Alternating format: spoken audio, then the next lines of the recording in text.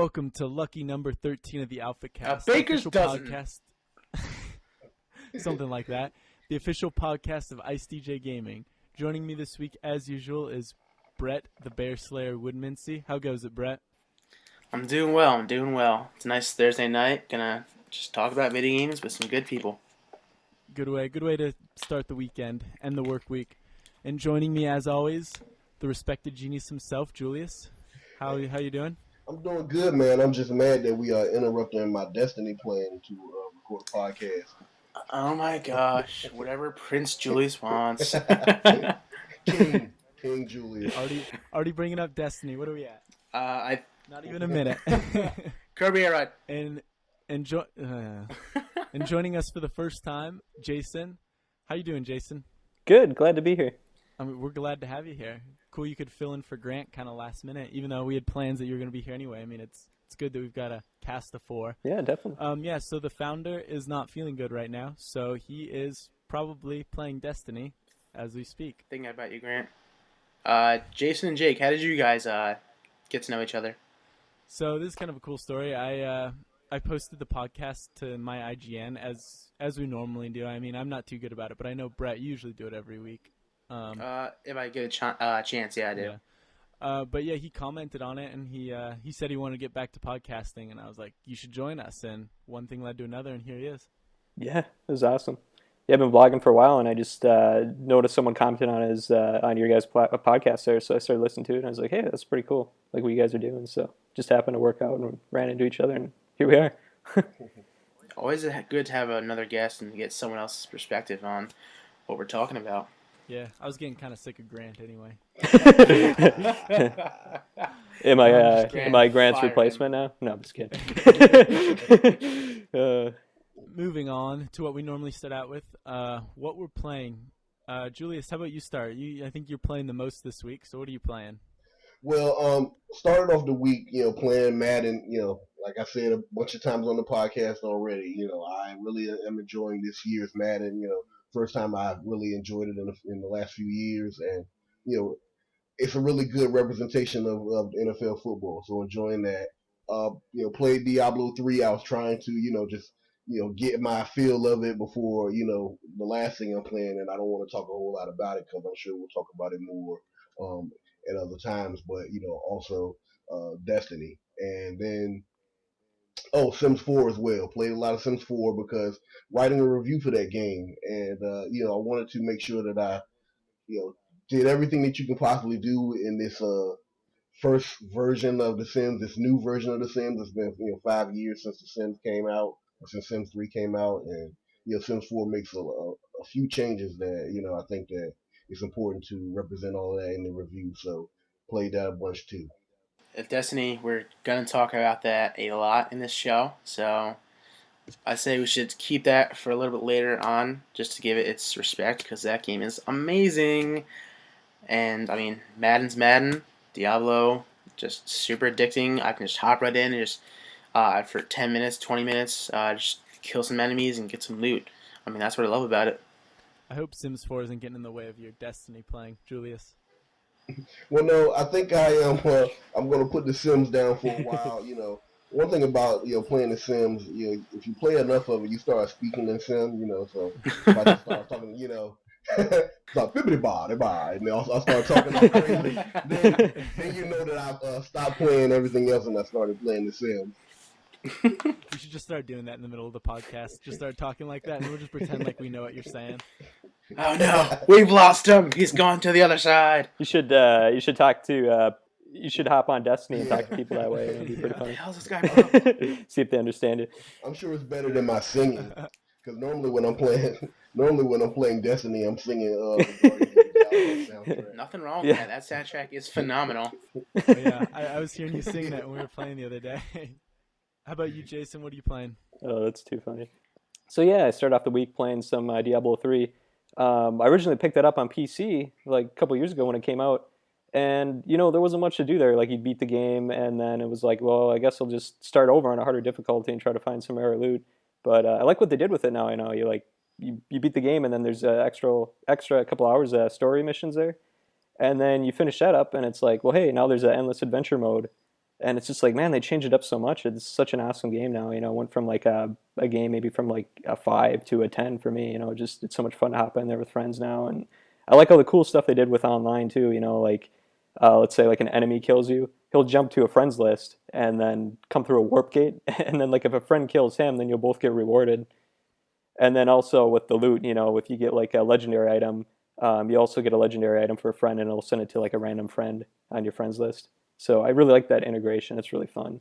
And then obviously I've been playing Destiny 2, and I've been having a lot of fun with that, and we'll talk about that later, like you said. So, but I would be playing The Sims 4 right now, but for the first time, it's like, oh, it's not available on Mac. So I'm a Mac user, so I can't play it. It's not available on Mac? No. That's weird. That's surprising. Yeah. Usually day and date we get Mac versions with Sims. Yeah, and Maxis is usually really good about that. They always release stuff for Apple, so I was like, what is going on here? So Yeah, I don't know. I guess you'd I'll have to think- wait. Like Sims is mostly casual gamers. I feel like they put it on Mac too. But oh well. Mm-hmm.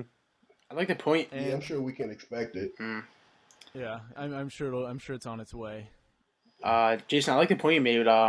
Like I feel like Diablo 3 is much more accessible nowadays because I picked it up at launch on PC, and it is far different from what it was and what it is now. It's much easier. It's more fun. It's more addicting, and the adventure mode just brings so much depth. It's literally endless, just endless runs of loot and killing enemies and all that stuff. And I'm really happy that Diablo 3 has become I think it's become a much better game than what it was before.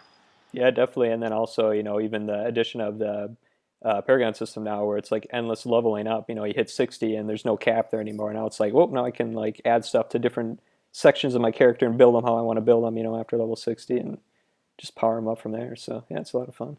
It's pretty cool. It sounds like Blizzard listened to a lot of the fans, see what they wanted, and because a lot of people seem to really love this Diablo 3, and I'm happy I got it. It took some convincing from the staff, but yeah, I've been having fun with it, even though it kind of stopped recently. How about you, Brett? What have you been playing? Well, I've been talking up NHL 15 for the last million years, and unfortunately, it has not lived up. I am sorely disappointed in this game. What many hockey fans expect in NHL games is it's called the EASHL. It's like you create a player and you can join a club and play with friends against other players and their created players in their respective clubs, and you compete for a championship. And there are different divisions like novice, amateur, elite, and such. And there are other game modes that they're missing, and this game is just it's not that great. I've been a long time fan of the series, and I'm a huge hockey fan. And there are just so many issues with it. I know it's the first iteration on these current gen consoles, but I was expecting so much more out of it. The game for me feels vastly different offline compared to online. It's much more fluid and quick paced offline, whereas online it's really stiff and clunky and really frustrating to play. But I know that some of the game modes I just mentioned, they're in the Xbox 360 and PS3 versions. So if you still have that, and that's obviously worth purchasing. But I mean, it's really a disappointing game for me. Yeah, I think we're at a point, man, where it's like EA really needs to stop with the producing iterations of games, updates in the franchise when they come to a new console and not giving everybody the same bang for their buck. I didn't get a chance to play NHL 15, and it just feels like it's missing something. It feels like it's a half a game. You, Mm-hmm. obviously, the normal play on the ice and the presentation and it, all that looks great. The presentation in NHL 15 looks real good, especially with like the live action commentators and everything like that, and with the start of the games. But the actual game itself, it just feels like it's missing something. And it's actually, it's the same thing with The Sims, which is also an EA product. Sims 4 is missing a lot of the things they even need. Not just the expansions of The Sims 3, but also the bare bones stripped down version of Sims 3, that had more features than Sims 4. And so, EA just really needs to, step their game up, so to speak, because it's disappointing that this is always happening with EA's games. Yeah, I mean the presentation is excellent. There's you have NBC's Mike Emmerich and Eddie Olczyk. Like they're some of the best in the business when it comes to commentating hockey games, and the game looks awesome. But you're right, it does feel empty. Like I played Beer Pro mode. That's always fun, but I don't want to spend $60 on a game just to play that. And like GM mode, it's fun, but I prefer just to do a more rudimentary like season mode where I just play for one season with a team I would like, and that's it. I don't want to do all this like all these intricacies of being a GM and such. And like with the online, I've no desire to play because I've had so many issues with it. And hopefully, I know they're releasing some game modes at like with patches and such, but I honestly don't really have much of an incentive to just come back in a month or two when other games will be coming out. Yeah, I know it's tough too for them because usually most of the resources go right to Madden and FIFA. So usually what's left, like in terms of tech, in terms of money, well, I don't know about money, but usually they just kind of get, access to that after they're done with the bigger franchises. So I know they kind of get screwed over in that sense, but still it is a bummer that a lot of those modes that fans have come to expect aren't there. But I mean, same thing's probably going to happen with Madden, next year. I mean, that hopefully will be all back. The one thing I don't know is if they'll be able to fix that sort of stiffness in the online mode, because that sounds like a different problem entirely. Yeah, I mean, I don't know. It could just be me, but I would have to talk to some other people who may have played the game. It might be like my internet connection or something, but it was so frustrating to play. And I'm also playing Destiny. I was really not anticipating this game. I was kind of excited for it, but I'm glad I got it. This game is awesome, and we'll be discussing it later in the show. I mean, this game, I think it's lived up to many of the hypes that people have had and some of the expectations I have had. And to wrap it up, I am playing Diablo 3. Well, I was playing Diablo 3, and then I don't even want to say the name, but I ended up, I'm playing something else now, but I hope to get back to Diablo soon because I was having a lot of fun with it. It's mindless. I mean, it's just like clear the room, like mash buttons, but it's addicting. It's really addicting. I think I'm like level 25 or something like that, but I'm looking forward to getting back into that. I feel bad. You kind of got it at the wrong time because you got it, what, like last week or something? Yeah, you guys, get it. We can all play together, and then I get it, and no one's playing it. Well, Cool, I mean, guys. Cool.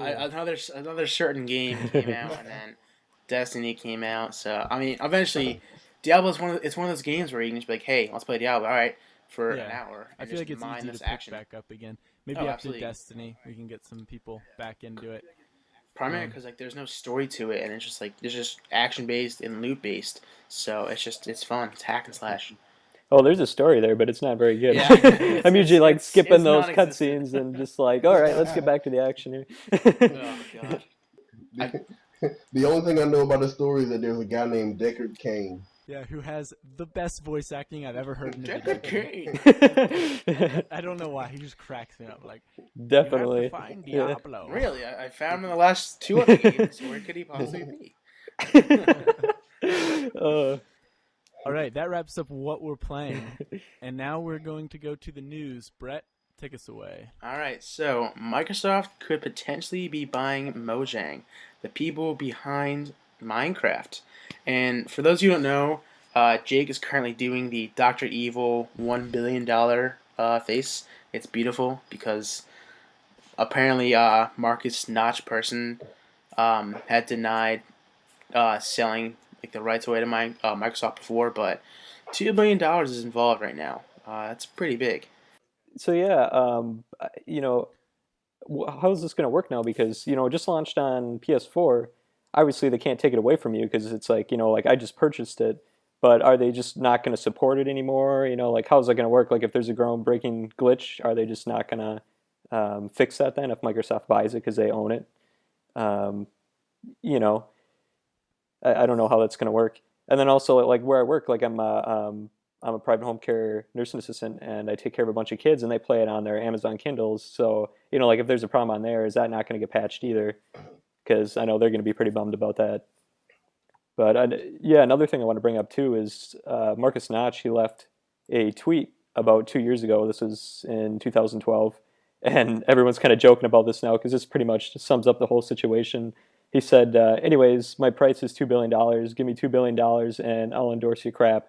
So it's just like pretty much predicted his own demise there.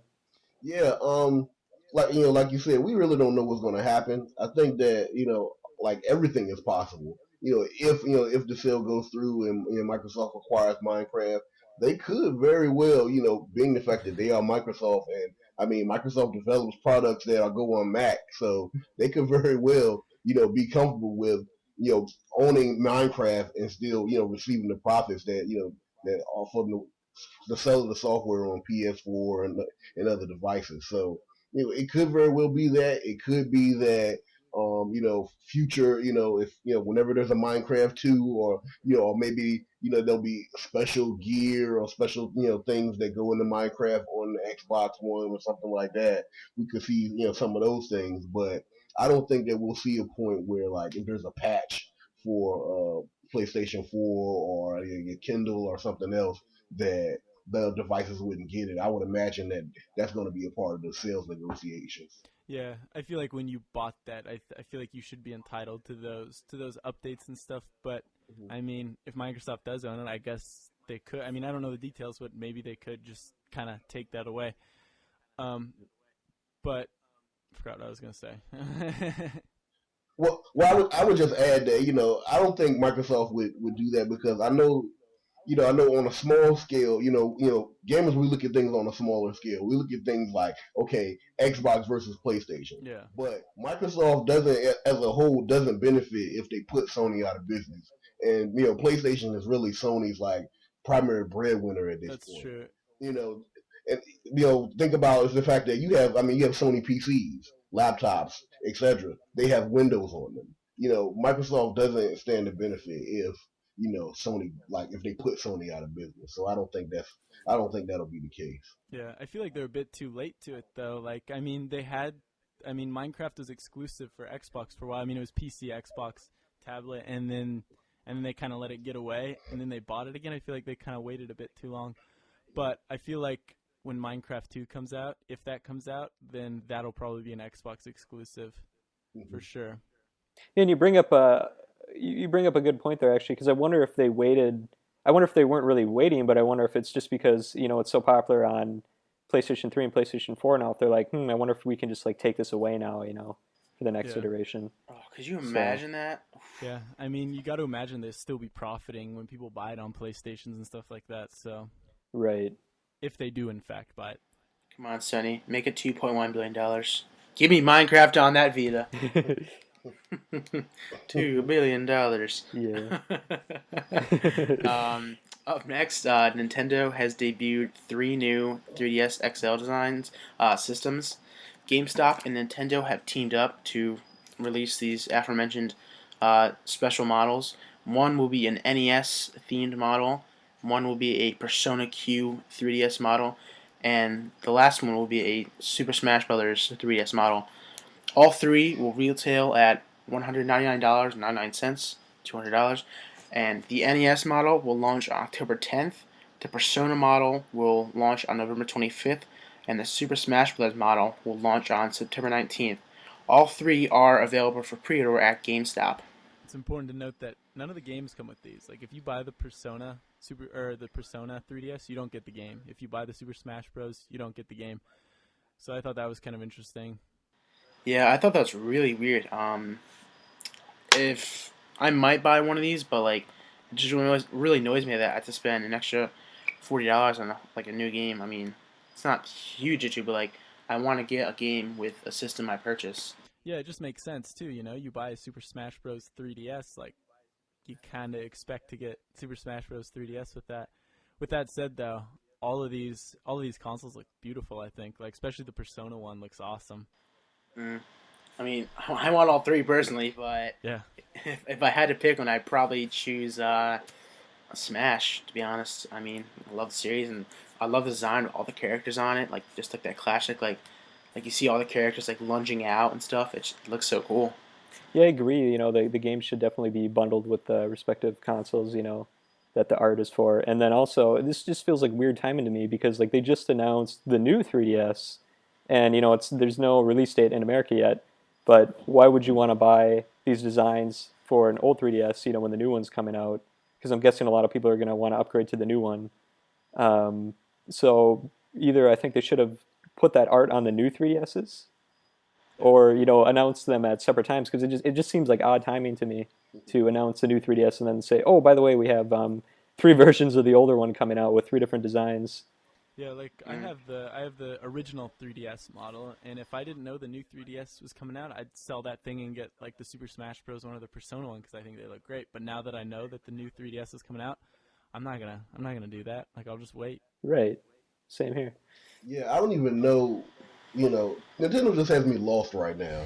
I mean, from from Wii to Wii U to 3DS to new 3DS to now putting out new versions of the old 3DS with new artwork on it that that won't play some of the new games. I don't know, and they don't come with the games that they're designed for.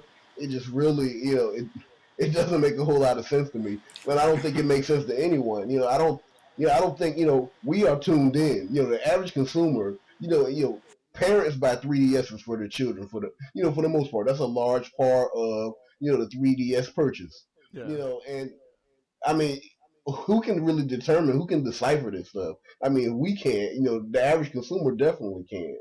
And so, I'm just like Nintendo. I just don't get it. They're just kind of like moving in the wrong direction, and it's disappointing. And especially since, I mean, I saw that NES version, and I was a little tempted because the nostalgia in me wanted to. Oh, let me get that NES version of the 3DS, but I'm going to pass. Can you imagine a mom walking up to a GameStop just trying to figure out the difference between a new 3DS or regular 3DS and how the games work on those? Like, that's going to be a nightmare. I feel so bad for the people who work at GameStop. They're just going to be like, no, that. Well, the other thing is like someone walks up to a store and says, hey, I want to buy a new 3DS. Does the store owner think they're talking about like a newer version of the old 3DS, or are they talking about the new 3DS that's coming out, because they're calling it the new 3DS? I think they should have changed the title on that, and I know you guys brought that up before, but it's like they should have just called it like the Super 3DS. It's got the Super Nintendo buttons on there, 3DS like Advance or something. Yeah, Like exactly. 3DS 2.0. I mean, 3DS 64. No. 3DSU. Yeah, exactly. What? There you go. What? I think it's pretty unique that like they're coming out very shortly with an NES model one, and then the new 3DS has like the Super Nintendo layout. So it's kind of like I don't know, it's something that I kind of noticed that like it's kind of weird. But up next, more characters for Super Smash Brothers have been confirmed. The new characters include Dark Pit from Kid Icarus Uprising and the Duck Hunt dog of Duck Hunt. There are returning characters including Ganondorf, Mr. Game & Watch, Ness, yeah! Falco, Yeah. woo! Gonna kick your butt with him, Jake. Dr. Mario, Wario, Rob, and Jigglypuff. And the returning characters will become available after completing classic mode a number of times. So, I mean, I think it's pretty exciting. More Smash. This roster is already huge, and I think it's only going to get bigger in a couple weeks. First thing I'm going to do is go into 100-man Brawl and see if that's how I unlock Falco. Just clear it and see if I can get Falco that way, because that's how it's been for the past two. Oh, yeah, that's right. I mean... Yeah, I'm just happy they brought Ness back, because I was really worried about him. They usually that's like one of the first characters that they announce for every single game, and it's just like, where's my boy Ness? It's just like not there. And Earthbound being like one of my favorite Nintendo franchises, and having it be like so underrated, it's like, no, don't cut it, because it's like one of those franchises you want to keep running, and it's like, I don't know, how could they cut him, But then like some of these new characters like Duck Hunt Dog like just has me so excited, I can't wait to try him out, and the fact that he's got his own moveset. A lot of people it was rumored that he was going to have like the same moveset as Olimar, where he's like throwing little ducks or something. I was like, oh, that's stupid. I hope he doesn't have that. So I'm glad he's got his own moveset, obviously, and some of his moves look so cool. Like one of them looks like he summons like the guy from Hogan's Alley or something, and he's up there like shooting people like the old 8-bit. style character, and I was like, oh, that's so cool, and he's like kicking dynamite around and stuff, and yeah, I'm just really excited. Thank God Dr. Mario's back, because everyone just wanted Dr. Mario. Like, when they cut him from Super Smash Bros. Melee, or from Super Smash Bros. Brawl, I was like, where's Dr. Mario? And they brought... I'm kidding. This is weird. No, yeah. I don't know why they're bringing back Dr. Mario. Well, then Dark Pit, too, it's like, I thought they were going to be done with clones now, but now it's like, here's a couple more clones. I mean, actually, I play as Pit all the time, but it's like, did we really need a Dark Pit? I don't know. It seems kind of silly because I'm sure he's going to have his own moveset, but now that you can make your own customized moveset, why couldn't they just take, Dark Pit's moves and move him over to Pit and then have him be like an extra skin or something? It just seems kind of silly to me. Yeah, like a costume or some skin, like what you're saying. Right. I would love to see the Duck Hunt dog kind of have that like that grim, like that maniacal laugh, like that like joking manner he had in Duck Hunt. It'd be pretty cool, nice little touch, like that retro feel with him. That could be his victory thing at the end, if he wins. He could just like pop up from a bush and start laughing or something, You dirty dog. Yeah. I think it's interesting, though, how all of these characters were leaked. I don't know if you guys kept up with that leak. Oh, yeah. Except for Bowser Jr. There's no news on Bowser Jr. and whether he's going to be in it. But he was leaked, and like there was gameplay footage of him, too. So that's kind of weird. I figured we would have heard more about that. Well, yeah, and then I don't know if you guys saw this or not either, but IMBD.com had a list of voice actors for the game, and I don't know if this is yet, if someone actually made this up or if it's real, but they have voice actors for other characters for Bowser Jr., supposedly the whole cast of the Kooperlings as like extra skins, because there's voices for all those characters as well. Yes, and so David Hayter, he was there as well for Snake. Yeah, and then also someone for Isaac from Golden Sun, which was a game that I really love. So I'm really hoping that Isaac makes it, and I think that would be awesome. Well, that would be awesome. It comes out in a day or two in Japan, so I think we're gonna find out potentially if there's any characters we haven't seen yet. So they better either start pouring out some more characters now, letting us know now, or it's gonna be a surprise. I don't think that Sakurai is done revealing characters. But these characters weren't revealed by Sakurai, though. That's the thing. This was just like people on Twitch. Like, I guess some people got it early. I'm not entirely sure about this story. Yeah, I think they were streaming it, and that's how some of these characters came like to fruition, like being confirmed and such. I feel so bad for Sakurai because he claimed he wasn't adding CGI videos into the new one just because he was so upset with Super Smash Bros. Brawl with all those CGI trailers leaking online a couple weeks before the game came out. And so, then all this stuff leaks, and I was like, oh, man, he must be just feeling terrible right now. And then, like, the trailer for Shulk comes out, and the name of it was just hilarious. It was called, like, do you guys remember what the name of that was? No, it was something like, well, I suppose we don't have a choice or something, he named it. As if, like, hey, we're just showing these characters because we have to now because they were leaked, Dang leaks. Make them stop. Surprising you with a character for once. Up next, Watch Dogs for Wii U is coming in November. It's finally coming 6 months later. What are your guys' thoughts on this one? I don't care. Short and sweet and to the point. Yeah, I mean, it's funny because like Ubisoft has recently like complained about like how their games don't sell in Nintendo consoles, and this is a major contradiction because you're releasing a game that's already out on PC, PS4, PS3, 360, Xbox One, and you're releasing it 6 months afterwards on a Wii U, where you know that your previous games haven't sold well. Like you're adding the fuel to the fire. Like this is your own fault, Ubisoft. And I was excited 6 months ago, but now I have no desire to play this game right now, and I have no desire to get it on Wii U, even if there are some cool integrations with the gamepad, because I can get it for $20 cheaper on my PS4. Yeah, my opinion on Watch Dogs. Excuse me. I don't like Watch Dogs. I'm not interested in Watch Dogs. I don't care about Watch Dogs.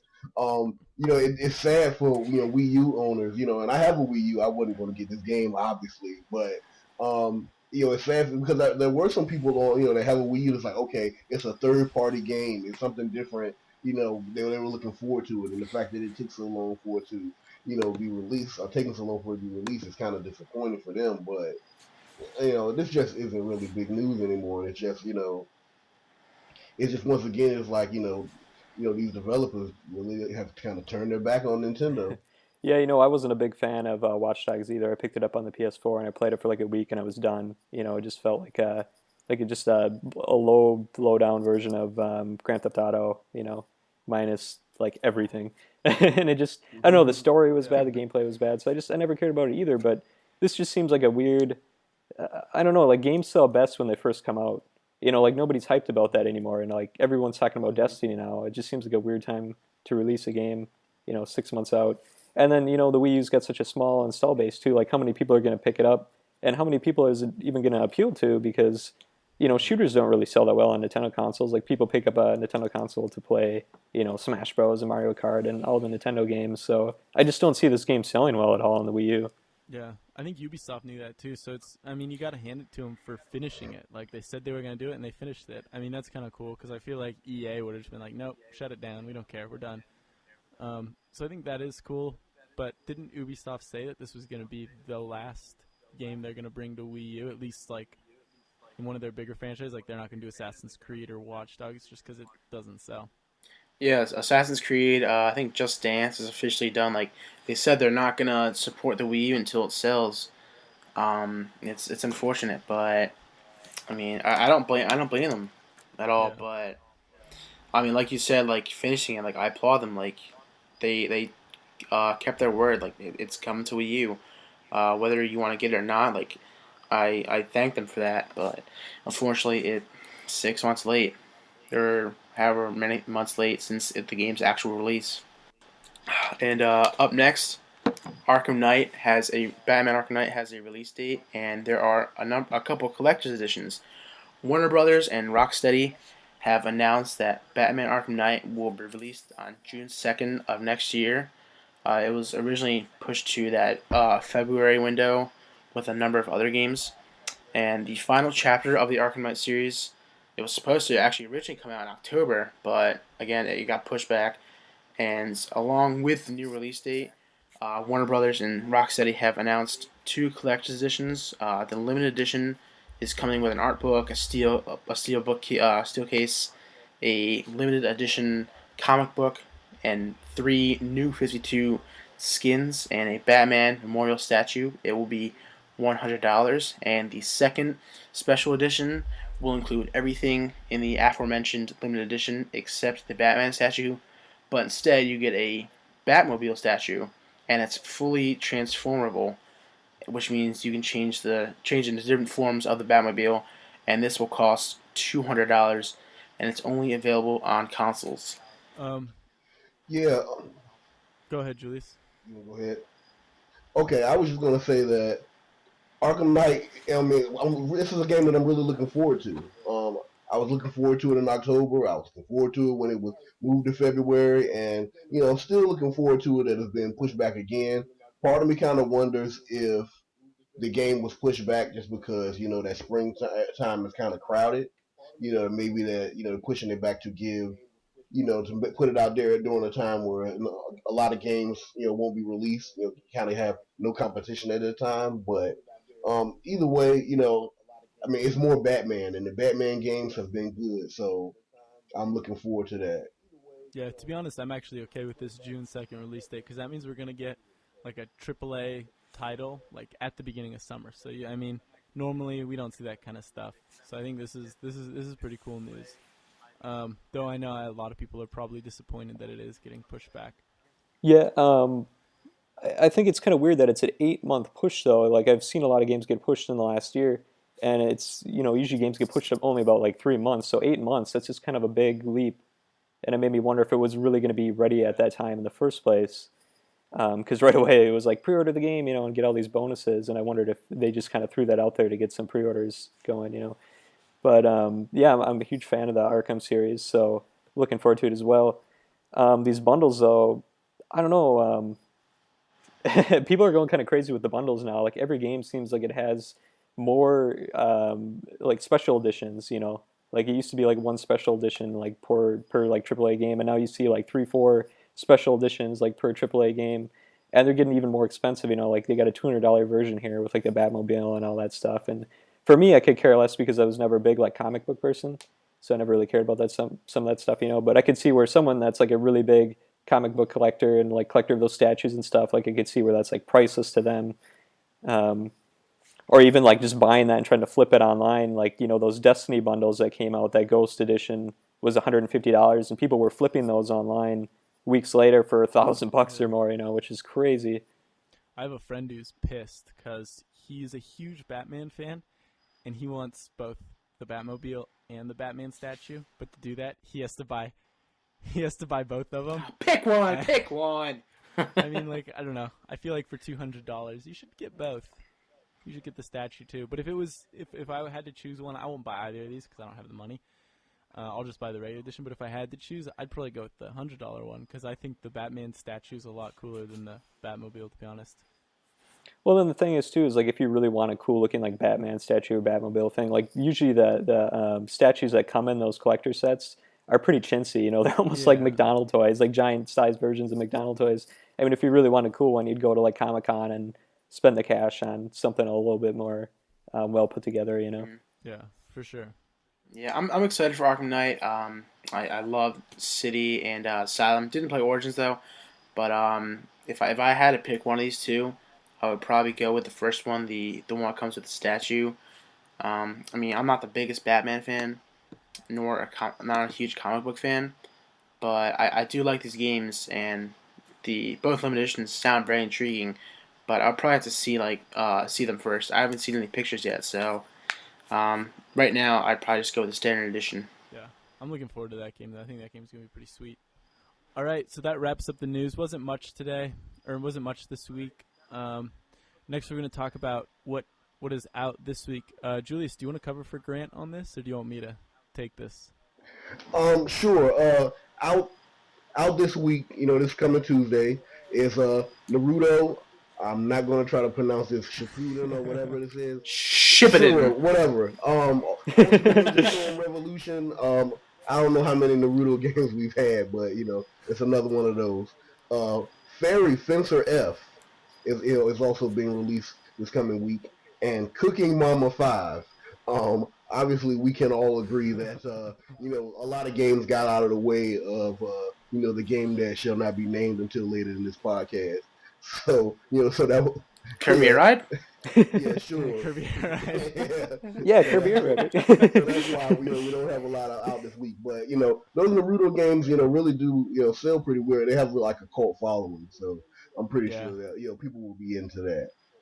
I know someone who's counting down the days for that. I think we all know someone, at least Brett and Julius and I. It's all Noah's been talking about. Yeah. That and that Don Bradman's cricket. Yeah, Don Bradman's.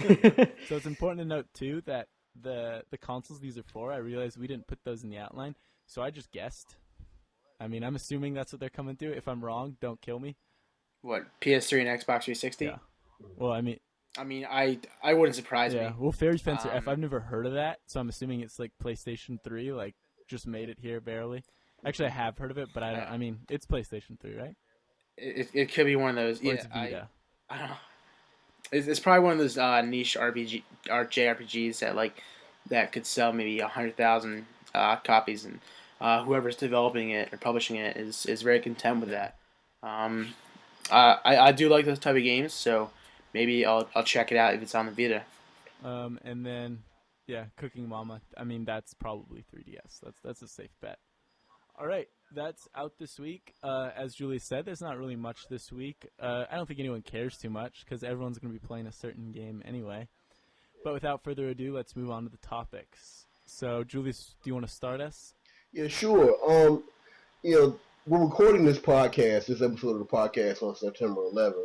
And, you know, and like every, you know, September 11th, you reflect on, you know, the past and everything like that. And I was thinking back to the, you know, to that date and, you know, what, you know, everything that occurred on that day. And I remember, you know, obviously, you know, I was in college at the time, I was an undergrad at the time, and there was you know, the news and everything that was going on, and, you know, and everybody was watching it, and it was, you know, a huge topic all on campus, and everybody, you know, people were scared, especially with, you know, living and going to college on the East Coast near a bunch of military bases. A lot of people were afraid that we could be in that kind of in a potential position to be another hit. But just to get my mind off of things and to get away from, I mean, it was just kind of like crazy on campus at the time.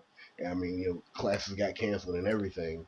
Um, was video games. Like every other time that I've ever felt sad or had been or just known about a tragedy or a lot of things going on in my life. A lot of times I know I don't speak for myself. You go back and you might play a game, and definitely that day I remember distinctly going back to my dorm room and playing NCAA football, and that was during a time where that was a really popular series before it got kind of canceled and everything else.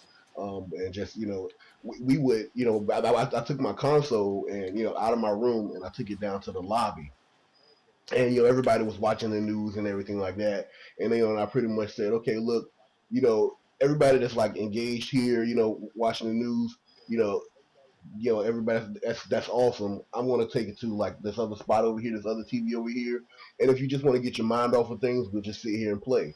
And a bunch of people were kind of on board with that, just because it was it's obviously a very sad day, and all we could think about was a lot of people had family members and things like that, and they just wanted to get their minds off of things.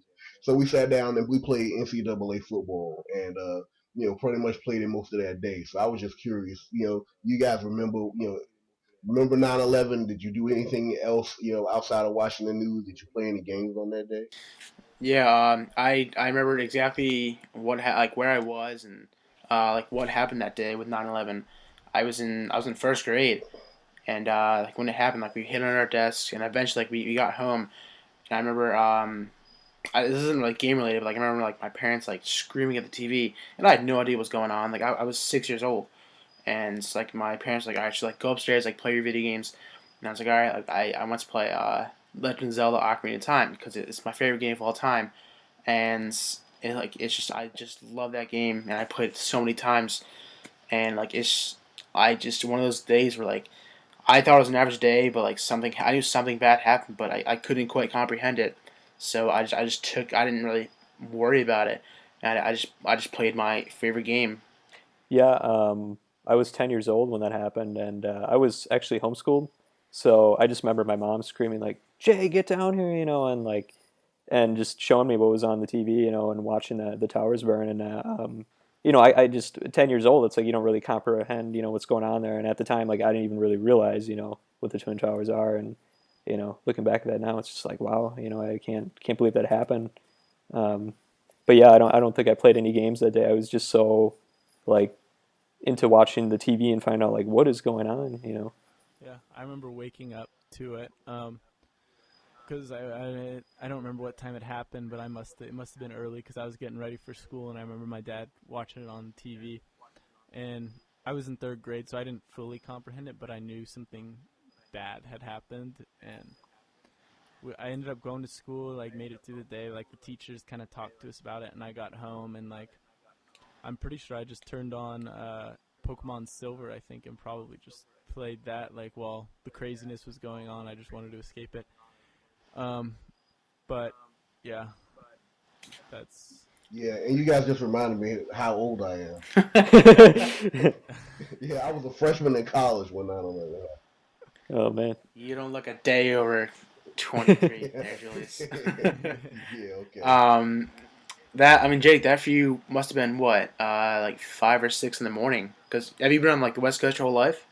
yeah. I think it was like 6:30. I woke up like at Yeah, 6:15 or something. I just remember walking out and seeing it on the TV and just like I yeah. remember something bad had happened. And I got to school and teacher explained it and like I just couldn't comprehend it for the longest time. And then now looking back at it, it's weird how like some people don't even realize this happened. Remember it happened. Like I mean, some of the people I coach are even younger than I am, and like I mean it doesn't even occur to them that it's September 11th that of what happened.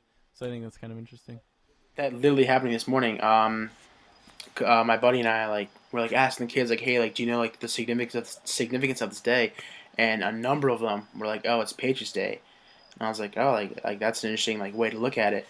And like none of them really knew like because most of them were born in like 2005, 2006. and none of the like one of the kids among like 40 kids like knew like what happened, and like it's scary to think that like we remember it so well, but like their generation like they have no idea what happened, and like they're gonna learn later in life, but like Yeah. it's just weird to think that like there are people in this country who don't know what happened. Yeah, well, it just comes with living in that time, though. Mhm. Anyway, let's get out of this. Uh, getting a bit depressing.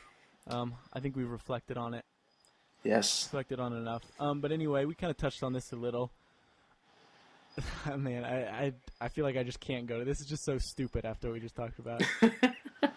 All right, so are collector's editions worth it? um, I mean, our Arkham Knight, we just like bashed that one, but Yeah. I mean, if you're a fan of that stuff, like I don't own any personally, but I do have a desire to own like a steelbook case Hold and like on, a let me rephrase that. Maybe not worth it, but is this many necessary? Because like kind of what Jason was saying, like I feel like every game now has to have one.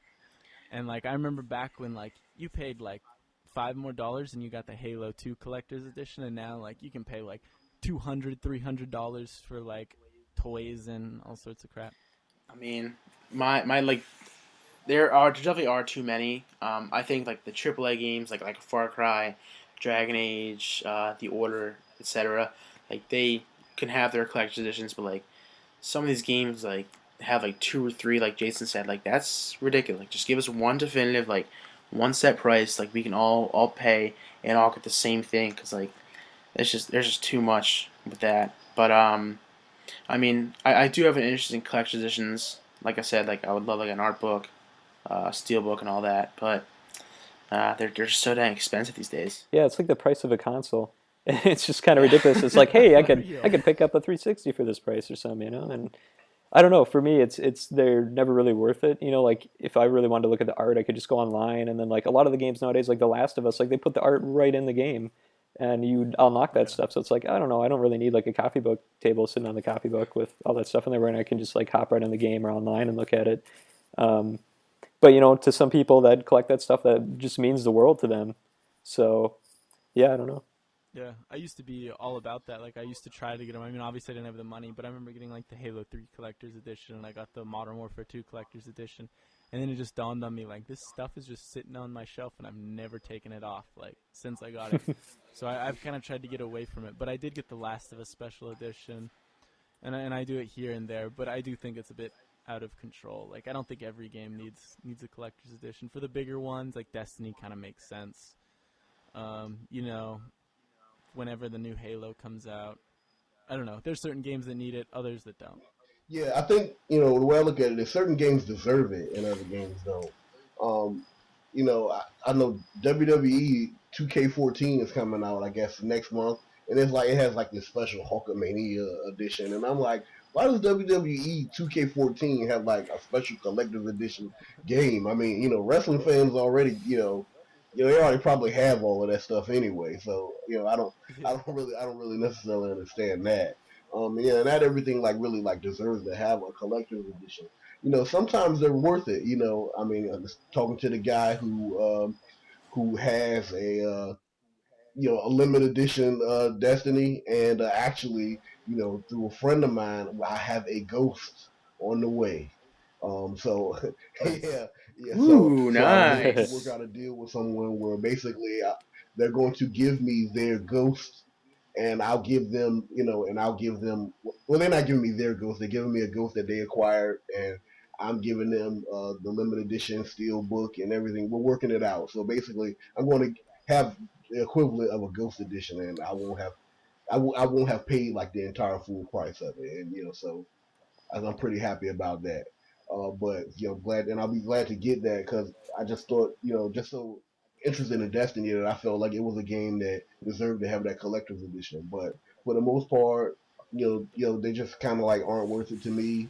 I love the Arkham games, and and I can see why they may would have a collector's edition, but it's like Jason was like you already said, comic book fans, they can just like get a Batman statue or a Batmobile statue like at a comic book store or on Amazon or something like that. Like why do they have to pay like an extra like $150 for a game? just to get like a Batmobile statue. Yeah. In hindsight, looking back, I do wish I got the Destiny Collector's Edition because I just got the digital one and it was a little bit disappointing. Um, but then like you get like every year Call of Duty's got their like Call of Duty Limited Edition, Call of Duty Hardened Edition, Call of Duty what is it Veteran Edition. Like, you just get all these tiers of Super Turbo Championship Call of Duty Edition. exactly. It Yeah, and the Call of Duty games come with like ridiculous stuff. I think the last one had like night vision binoculars, and it's like, okay, if I really want to get night vision binoculars, I go to like the hunting store or something, and buy a nice pair. Can't imagine those work too well for like $150 or something, because those are usually Yeah. pretty pricey. So I got the last good special edition I feel like I got was the Mass Effect 3, and I remember that came with tons of stuff. That came with extra content. That came with I mean, like, it's all little stuff, but I think it was like $20 more, and I think that was probably one of the best collector's editions I've bought. If I can get like a steelbook case, because like there's something about them, like it's like a hardcover. It's like really protective, and like an art book, and like maybe like some other stuff. But, like that's all I really want. Like I wouldn't say I'm picky, but like I don't require too much in a collector's edition to feel satisfied if I purchase one. Yeah. All right, and finally, the moment everyone's been waiting for. We can finally talk about Destiny. So, I guess we'll just start out with impressions. Like, it's been out for a couple days. What do you guys think of it so far? This game is so good.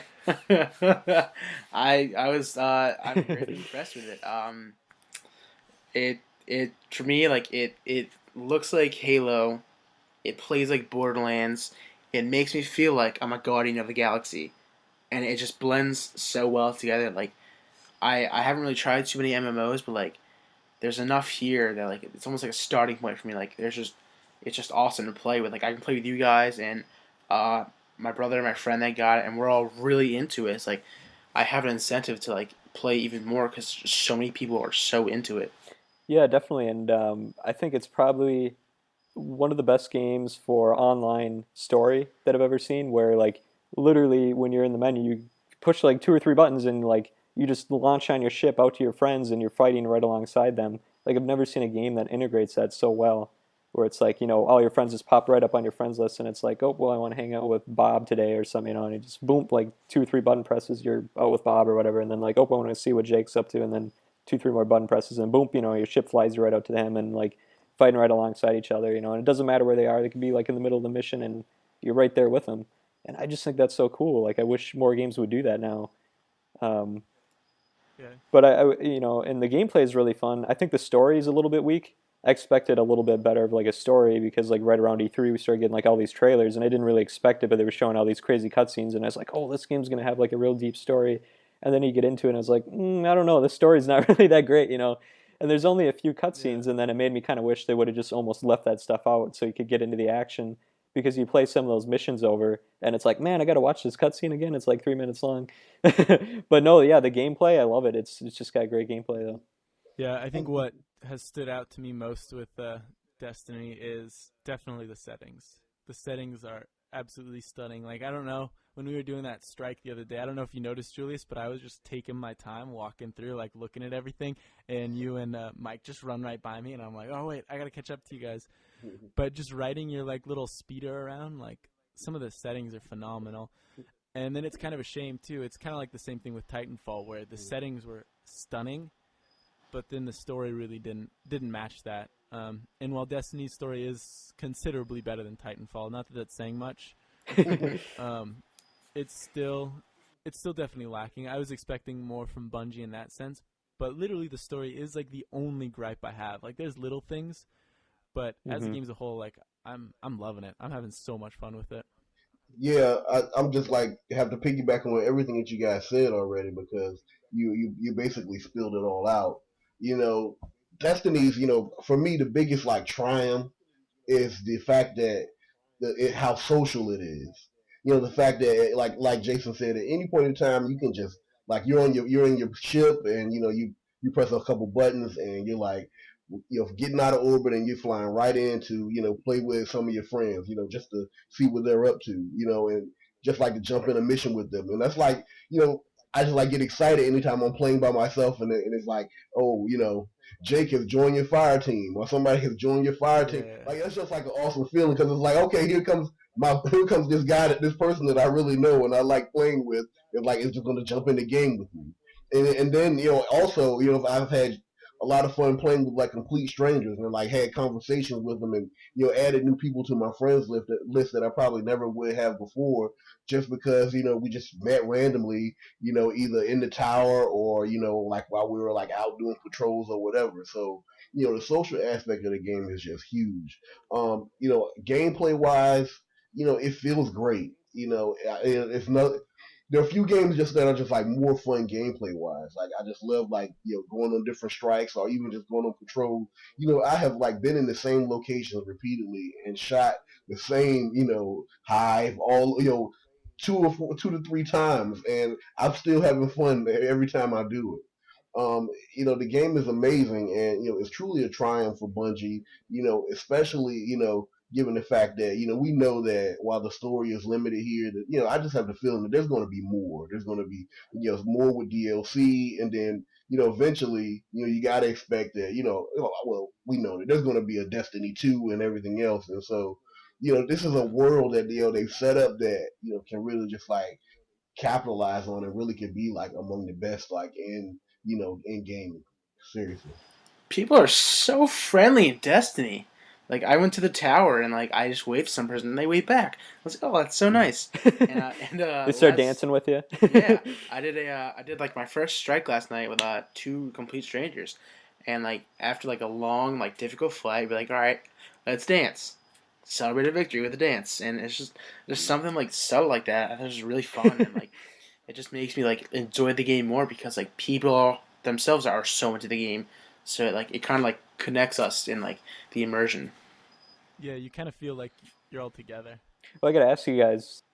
Yeah, I was gonna say you guys said you were running into like all these random like nice people online. Do they all have mics? Because I think it's so funny. Like, I'm playing the PS4 version right now, and like on the PS3, like there was an excuse for not having like talking to other people because like obviously it didn't come with a mic. But now like the PS4 ships with a mic, so there's like not really no excuse for not using one. But I run into a lot of people online, and like nobody's talking to each other, and I was like playing in the Crucible last night, and I just heard this heavy breathing, and I was like, "Who is this?" I was like, "Is this like Hannibal Lecter on the other line or something?" Like just sounded like that murderous, like, And I was like, "What's going on?" I was like, "Dude, I can hear you. Like, can you talk to me?" And then like he sent me a text message like through the PSN, and it said like, "Sorry, your wife's sleeping," and I was like, "Oh, come on."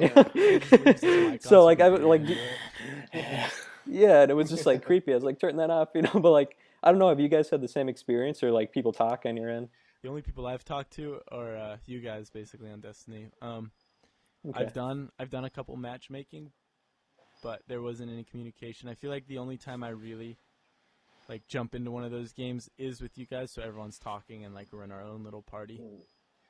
Yeah, I have only spoken to one person that I didn't know, by Mike on Destiny. And the first time, we played together, he didn't say anything, and then afterwards he sent me a message like, "Hey, add me to your friends list, so we can play again." And then the next time we played, we spoke. So, that was a change. But you're absolutely right. There are a lot of people just running around and not saying anything at all. And just kind of like talking to you through, like motions, like pointing at you or dancing with you. Yeah. And that's kind of like it. But I guess to each their own. I'm all about getting use out of this expensive headset, and because Right. I bought the gold version or whatever it's called, and Yeah, I did too. so I'm just like enjoying using the headset and enjoying playing with people and talking to people, and just loving the game overall. Like I can't wait to play more of it. How are they? I'm Well, I sorry. know Go that ahead. like I know that like when you're not in a fire team or you're not in a group, you can't communicate with people you see other than pointing and stuff like that. Like that Right. is locked off. Yeah, that's Okay. annoying. Right, yeah, and like But most of the people I talk to are just friends that I join, like in my fire team. But like, yeah, like a lot of times I'll get paired up with a random fire team if my friends aren't on, and like you can even hear them like talk, like you can hear them breathe in the background. But it's just weird, like nobody wants to talk to you. It's just kind of, it's like the complete opposite of like you go into like Call of Duty on Xbox or something, and it's like everybody's yelling, and so it's almost a plus in some ways too because you don't get like little kids screaming at you. and like babies crying in the background. I'm and better stuff. than you. Yeah. Yeah. Well, part of me wonders if that's like just like the next gen so far. Because I played Titan a ton of Titanfall on Xbox One. We've talked about it on previous podcasts, and nobody really talks on there either. And it's like, okay, you guys have a mic, and also a lot of you all bought it on launch, so you have a Connect, which is a mic, and nobody's saying a word. Yeah. But it's kind of the same thing. So it kind of makes me wonder, like, is that just like, the next gen so far? Like right now, people just like aren't being social or aren't interested in being So social. then, I can, but I just remember, I'll let you finish. But I remember when I first got my Xbox 360, like the first time, like I turned it on and I played the game with people, everybody was talking, and it is different. yeah, I was gonna ask you guys, like, have you jumped into the Crucible yet? Like, what do you guys think of the Crucible? I enjoy the Crucible. I think it's a lot of fun. It more or less just feels like another multiplayer game to me. But having the classes there and having some of those specials do add a bit of a twist to it. I think what really draws me back to the Crucible is just how you level up your character in the story. You can complete bounties that help you in the story. And then when you do it with friends, it's just, just the connectivity between the two is what keeps me going back to the Crucible.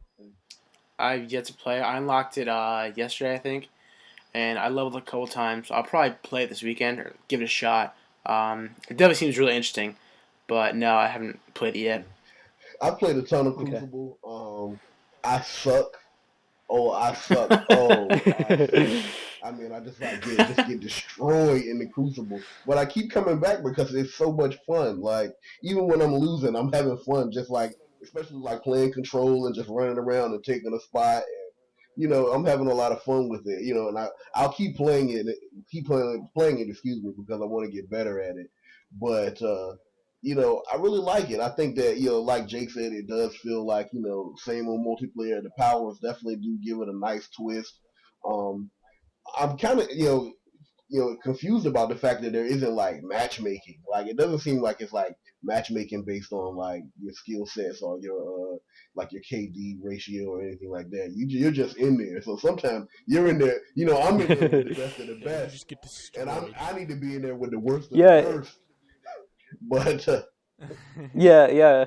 No, I was gonna say the same thing. Like I suck at it too, but it's just fun even when you're losing, like you were saying, Julius. And then also the matchmaking. Yeah, I thought it was weird. Like I'm a level 20 already, Hunter, but I was playing in the Crucible the other day, and there's like level ones with us, and like that's not fair for them because like they haven't even unlocked their powers yet. And there's like Titans running around like doing their little ground pound, and just like killing everyone on the screen. And like the level ones like don't have anything. They don't even have like their grenades or their double jump yet. So Just level they're not even ones. able to like yeah. So like there definitely should be some kind of matchmaking going on. It just seems a little weird.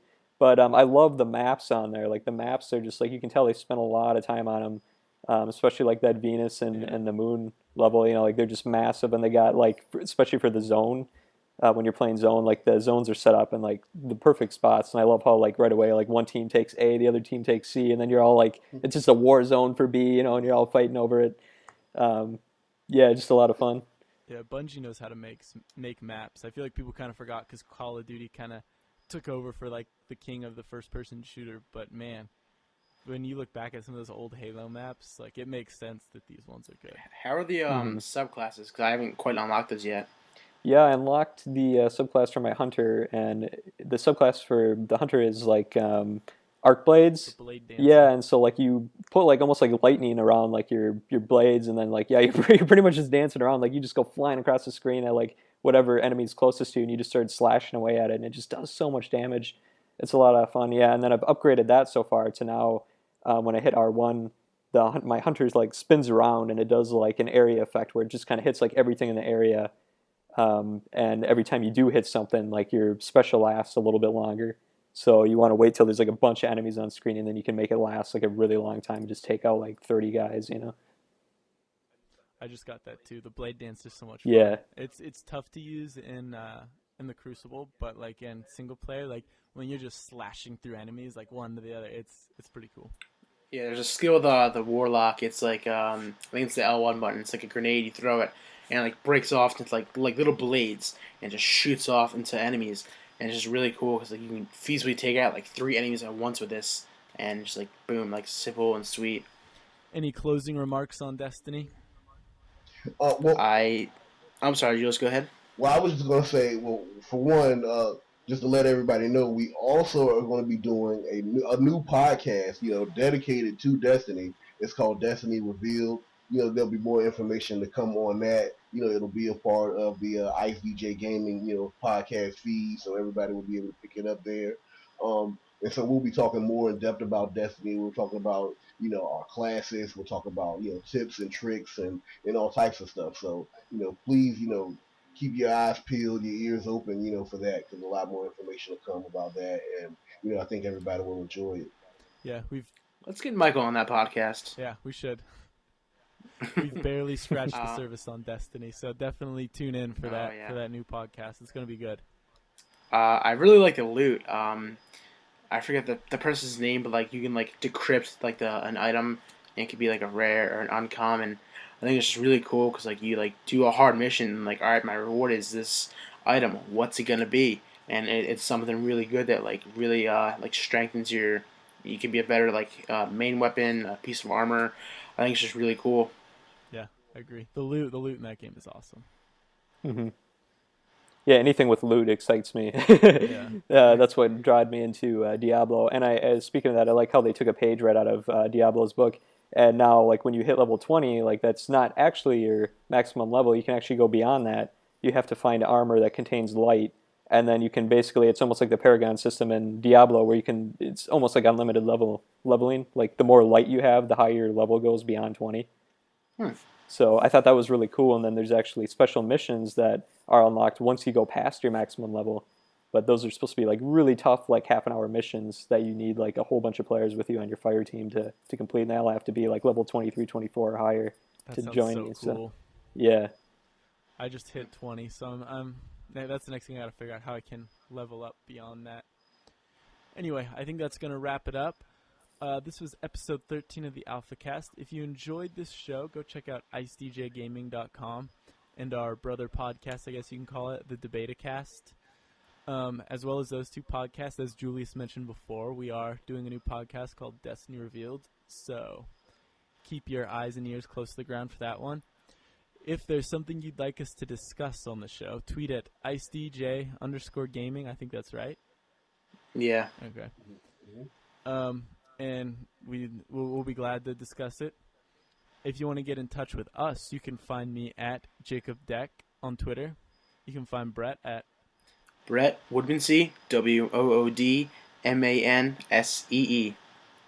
You can find Jason at J_Smash1. And of course you can find Julius at Respected Genius. Just change the I to a lowercase L. All right. It's been fun, guys. Enjoy Destiny, and we will see you soon. Yeah, it'll be a couple of days before I play it, but once I start playing, I'm not gonna stop. All right. Peace. Have a good one, guys. Peace.